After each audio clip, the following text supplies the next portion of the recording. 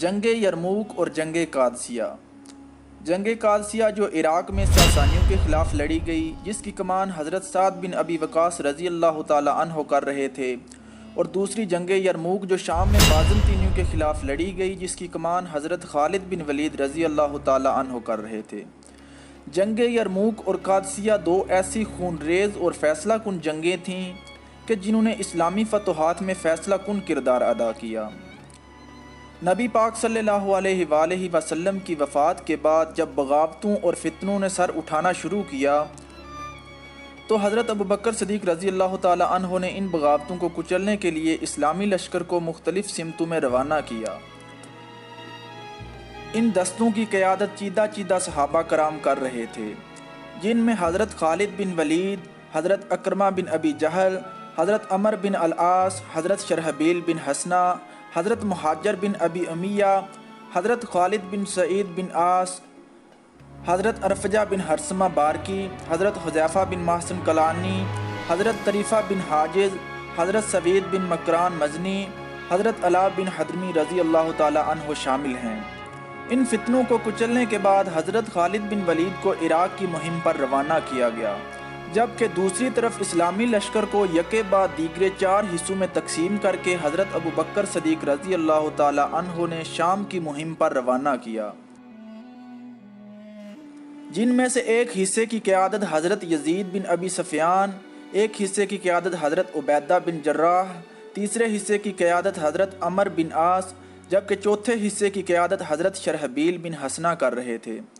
یہ لشکر چھوٹے بڑے قلعوں کو فتح کرتے ہوئے شام کی طرف بڑھنے لگے، جبکہ حضرت خالد بن ولید نے ہزیمہ کے مقام پر جنگ سلاسل میں ایرانی سالار ہرمز کو شکست دینے کے بعد چھوٹے بڑے شہروں کو فتح کرتے ہوئے آگے بڑھے۔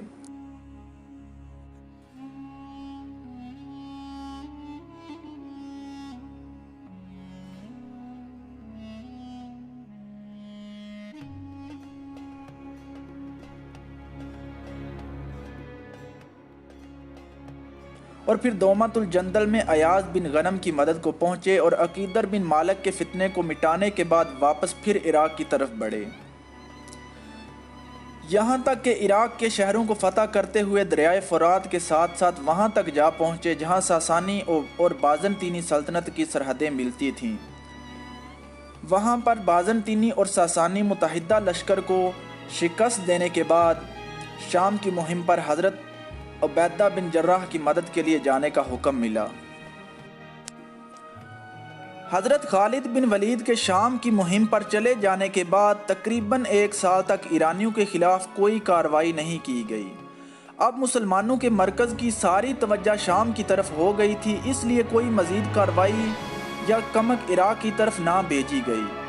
ایرانیوں نے مسلمانوں کے خلاف ایک بہت بڑا لشکر تیار کیا، اور مثنہ بن خارثہ نے یہ محسوس کیا کہ ان کے پاس جو فوج حضرت خالد بن ولید چھوڑ کر گئے ہیں وہ ان کا مقابلہ نہیں کر سکے گی، کیونکہ وہ تعداد میں بہت ہی کم تھے، جس کا مقابلہ کرنے کے لیے مدینہ سے کمک کی اشد ضرورت تھی۔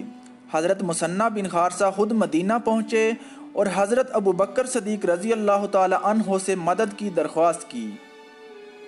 حضرت ابوبکر صدیق رضی اللہ تعالی عنہ اس وقت بستر مرگ پر تھے، آپ کے انتقال میں چند ہی دن باقی رہ گئے تھے، پھر بھی آپ نے حضرت مثنہ سے ملاقات کی اور حضرت عمر فاروق رضی اللہ تعالی عنہ کو وصیت کی کہ اگر میں صبح کو انتقال کر جاؤں تو شام تک مثنہ کو کمک پہنچ جانی چاہیے، اگر میں شام کو انتقال کر جاؤں تو صبح سے پہلے لشکر نکل جانے چاہیے مثنہ کی مدد کے لیے۔ اس کے بعد حضرت ابوبکر صدیق رضی اللہ تعالی عنہ انتقال فرما گئے۔ آپ کے انتقال کے بعد حضرت عمر فاروق رضی اللہ تعالی عنہ نے سب سے پہلے جنگ کے لیے سب سرداروں کو بلوایا اور ان سے مشورہ کرنے کے بعد جہاد کا اعلان کروایا، اور تمام علاقوں سے مجاہدین پہنچنا شروع ہو گئے۔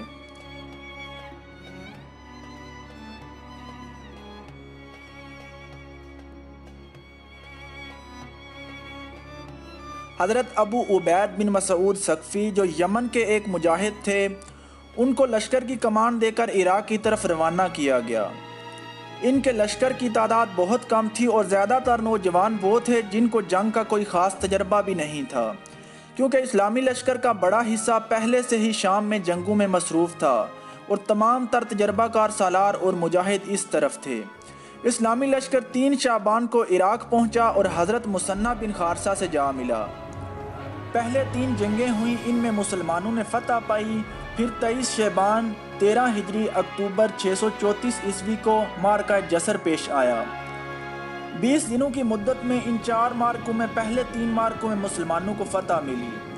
حضرت ابو عبید مسعود ثقفی کو حضرت عمر بن خطاب نے ایران کی طرف بھیجتے ہوئے یہ ہدایت کی تھی کہ حضرت مثنی اور حضرت صلیب کی مرضی کے خلاف کوئی قدم نہیں اٹھانا، کیونکہ وہ اس علاقے میں بہت سی جنگیں حضرت خالد بن ولید کی قیادت میں لڑ چکے تھے اور ایرانیوں کے لڑائی کے تمام تر لڑنے کے انداز اور کمزوریوں سے واقف تھے۔ لیکن ابو عبیدہ ثقفی جو نوجوان بھی تھے اور ناتجربہ کار بھی، مگر ان کے جذبہ ایمانی میں کوئی کمی نہ تھی۔ جب وہ ایرانی لشکر کے سامنے پہنچے تو ان کے درمیان ایک دریا آ گیا اور پشت میں ریگستان۔ ایرانی لشکر کی تعداد تقریباً 50,000 جبکہ اسلامی فوج کی تعداد صرف 9,000 تھی۔ ایرانی فوج کی کمان بہمن جاذبیہ اور جالیانوس کر رہے تھے، جبکہ اسلامی فوج کی کمان حضرت عبید ثقفی، الحکم، جابر اور حضرت مثنی بن خارثہ کر رہے تھے۔ حضرت مثنی بن خارثہ نے حضرت عبید ثقفی کو یہ مشورہ دیا کہ ہم دریا کے اس طرف رک جاتے ہیں اور ایرانی لشکر کو اس طرف آ کر لڑنے کی دعوت دیتے ہیں، کیونکہ اگر پیچھے بھی ہٹنا پڑے تو ریگستانی علاقہ ہے اور مسلمان سپاہی ریگستان کے عادی ہیں، جبکہ ایرانی فوج ریگستان میں مسلمانوں کا تعاقب نہیں کر سکے گی۔ مگر حضرت عبید ثقفی جو اسلامی لشکر کے سپہ سالار تھے، جوش میں یہ فیصلہ کیا کہ دریا کے پار جا کر ایرانیوں پر حملہ کریں گے۔ مسلمانوں نے دریا پر لکڑیوں کا پل بنایا اور اسلامی لشکر دریا پار کرنے لگا۔ ابھی مسلمانوں نے خود کو صف آرا ہی نہیں کیا تھا بلکہ پل پار کر ہی رہے تھے کہ ایرانی فوج جو پہلے سے ہی جنگ کی ترتیب میں تیار کھڑی تھی، انہوں نے اپنے ہاتھیوں کو سامنے رکھتے ہوئے تینوں اطراف سے مسلمانوں پر حملہ کر دیا۔ مسلمانوں کے گھوڑے ان ہاتھیوں کو دیکھنے کے عادی نہیں تھے، اس لیے وہ ہاتھیوں کو دیکھ کر خوف زدہ ہو گئے۔ مسلمان نہ تو پیچھے ہٹ سکتے تھے اور نہ ہی کھل کر لڑ سکتے تھے، کیونکہ ان کے پاس اتنی جگہ ہی موجود نہیں تھی۔ اسلامی لشکر میں بھگدڑ مچ گئی اور تقریباً آدھا لشکر ختم ہو گیا اور حضرت عبید ثقفی کو ایک ہاتھی نے شہید کر دیا۔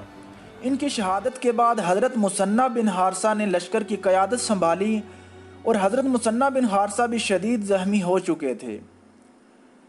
ان میں سے جو بچ گئے وہ مدینہ کی طرف بھاگ نکلے۔ صرف 2,000 کی نفری حضرت مثنی بن خارثہ کے پاس رہ گئی۔ حضرت مثنی بن خارثہ نے شکست کی یہ خبر مدینہ منورہ بھیجی۔ جب قاصد مدینہ پہنچا تو اس وقت امیر المؤمنین حضرت عمر بن خطاب منبر رسول پر تھے۔ آہستہ سے انہیں خبر دی گئی تو وہ زور زور سے رونے لگے۔ پھر فرمایا، اللہ کی رحمت ہو ابو عبید پر، اگر وہ جنگ نہیں کر سکتا تھا تو پیچھے ہٹ جاتا تاکہ ہم ان کے لیے دوسرا لشکر بھی بھیجتے، لیکن اللہ نے جو مقدر میں لکھا تھا وہی ہوا۔ اس کے بعد جنگ سے بھاگنے والے بھی مدینہ منورہ پہنچنے لگے۔ اس شکست سے بہرحال مسلمانوں کو تکلیف بھی ہوئی اور آر بھی محسوس کرنے لگے، کیونکہ اس سے پہلے وہ کسی جنگ میں بھاگنے کے عادی نہیں تھے۔ ان بھاگنے والوں میں معاذ بن جبل بھی تھے جو تراویح کی امامت کراتے تھے۔ جب جب وہ جنگ سے فرار کی آیت پڑھتے تو نماز میں ہی رونے لگتے۔ حضرت عمر فاروق انہیں تسلی دیتے اور کہتے کہ آپ اس آیت کے مصادق نہیں ہیں۔ اس شکست کے بعد ایرانیوں کے حوصلے بہت بلند ہو چکے تھے۔ اب ان کو یہ یقین ہو چلا تھا کہ جو علاقے حضرت خالد بن ولید نے فتح کیے ہیں وہ دوبارہ مسلمانوں سے واپس لیے جا سکیں گے۔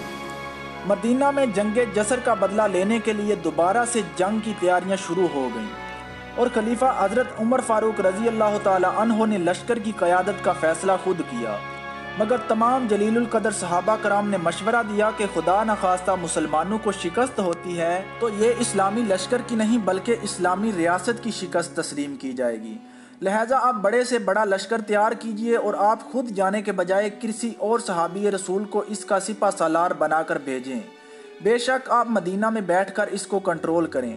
آخرکار حضرت عبد الرحمن بن عوف نے سپہ سالاری کے لیے حضرت سعد بن ابی وقاص کا نام تجویز کیا، جنگ قادسیہ کی مسلمانوں کے لیے جو اہمیت تھی اس کا اندازہ اس بات سے لگایا جا سکتا ہے کہ حضرت ابو بکر صدیق رضی اللہ تعالی عنہ نے اس بات پر پابندی لگا دی تھی کہ مسلمان فوج میں ان تمام قبیلوں کو شامل نہیں کیا جائے گا جو مرتد ہو گئے تھے، مگر حضرت عمر فاروق رضی اللہ تعالی عنہ نے افراد کی کمی اور جنگ قادسیہ کی اہمیت کے باعث یہ پابندی ختم کر دی۔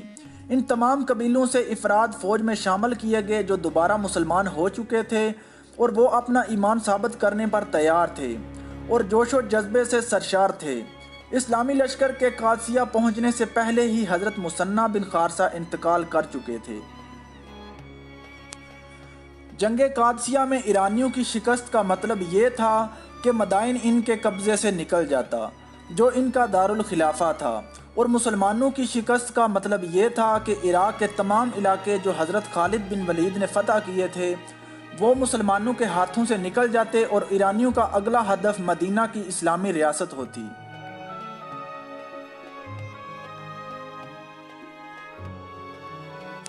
جب 16 ستمبر 636 عیسوی کو دونوں فوجیں ایک دوسرے کے سامنے پہنچیں تو دونوں لشکروں کے درمیان ایک نہر حائل تھی۔ ایرانی سپہ سالار رستم نے پیغام بھیجا کہ تم نہر کی اس طرف آ کر لڑو گے یا ہم نہر کی اس طرف آئیں۔ حضرت سعد بن ابی وقاص نے کہلوا بھیجا کہ تم ہی نہر کی اس طرف آ جاؤ۔ چنانچہ تمام ایرانی لشکر نہر عبور کر کے میدان میں آ گیا۔ اسلامی لشکر کی تعداد تقریباً 30,000 تھی، جس میں 1400 صحابہ کرام تھے اور تقریباً 17 بعض روایات کے مطابق 70 بدری صحابی تھے۔ دوسری طرف سلطنت فارس کا سپہ سالار اپنی پوری طاقت کے ساتھ مسلمانوں کے مقابلے میں آیا ہوا تھا۔ پانو ہاتھی بھی تھے، یہاں تک کہ وہ جھنڈا درفش کاویانی جسے فارس کی عظمت سمجھا جاتا تھا وہ بھی اس لشکر کے پاس تھا، اور ایرانیوں کا یہ عقیدہ تھا کہ جس کے پاس یہ جھنڈا درفش کاویانی ہو اس لشکر کو کوئی شکست نہیں دے سکتا۔